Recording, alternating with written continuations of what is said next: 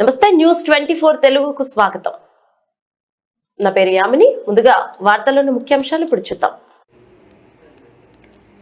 మాచివరంలో ఘనంగా 1990-91 సంవత్సర పూర్వ విద్యార్థుల ఆత్మీయ సమావేశం పల్నాడు జిల్లా మాచివరంలోని జిల్లా పరిషత్ ఉన్నత పాఠశాల పూర్వ విద్యార్థుల ఆత్మీయ సమావేశం ఆదివారం నాడు నిర్వహించారు. ఈ ఆత్మీయ సమావేశానికి పూర్వ విద్యార్థులు హాజరు కాగా విద్యార్థులు వారికి ఘన స్వాగతం పలికారు. తమ తోటి విద్యార్థులు అందరూ కుటుంబ సభ్యులతో హాజరై తమ చిన్ననాటి జ్ఞాపకాలను గుర్తు చేసుకున్నారు.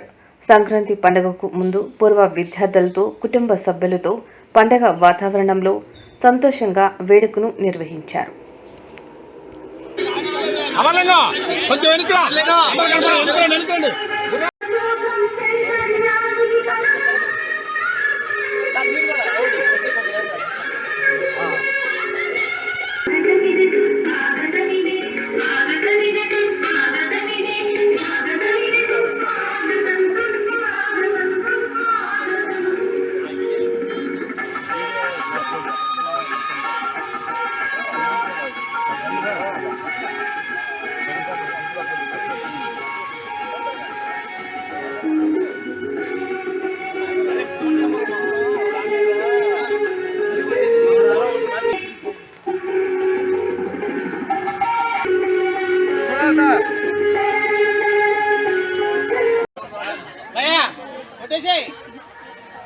రండి సార్ ఒకసారి మీరు వెనక్కి రండి సార్.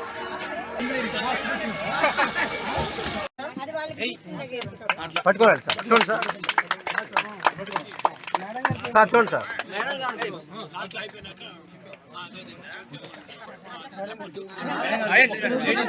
దయచేసి మనం కూడా స్టేజీ మీద అలాగే చూడండి చూడండి మేడం.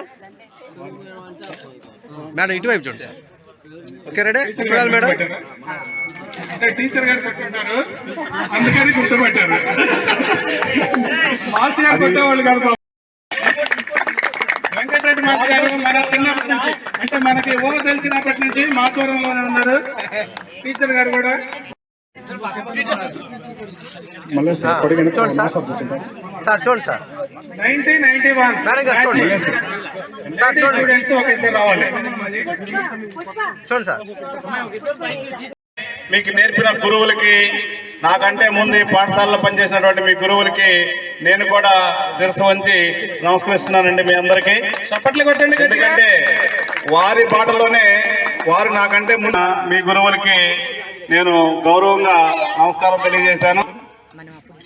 ఒక ఊరిలో ఒక పాఠశాలలో విద్యార్థులందరూ ఒకే చోట కలిసి మరి గురువుల్ని గౌరవించుకోవడం అనేది మీకంటే తర్వాత చదివిన విద్యార్థులకి, మీకంటే ముందు చదివిన విద్యార్థులకి కూడా ఒక మార్గనిర్దేశం అవుతుందండి. ఎందుకంటే మీరు చేయాలనుకోవడం వేరు, ఒక పనిని చేసి చూపించడం అనేది అందరికి ఉదాహరణగా ఉంటుంది.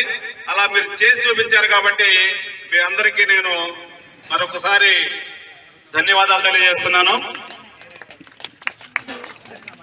మీలో చాలా మంది పోయినసారి కూడా వచ్చాను, పోయిన వారం ఇక్కడ జరిగింది, అప్పుడు కూడా వచ్చాను నేను. చాలా మంది రాజకీయ నాయకులు సర్పంచులు కనపడ్డారు.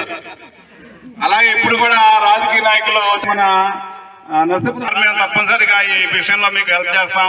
ఈ విధంగా వెళ్తారు. దూరంగా ఉన్నా కూడా సార్ నేను దూరంగా ఉన్నాను, ఈ విధంగా వెళ్దామని చెప్పి నాకు గైడ్ చేస్తారు.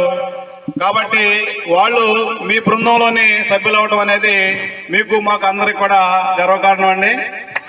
ఎందుకంటే మీరు చదువుకున్న పాఠశాలని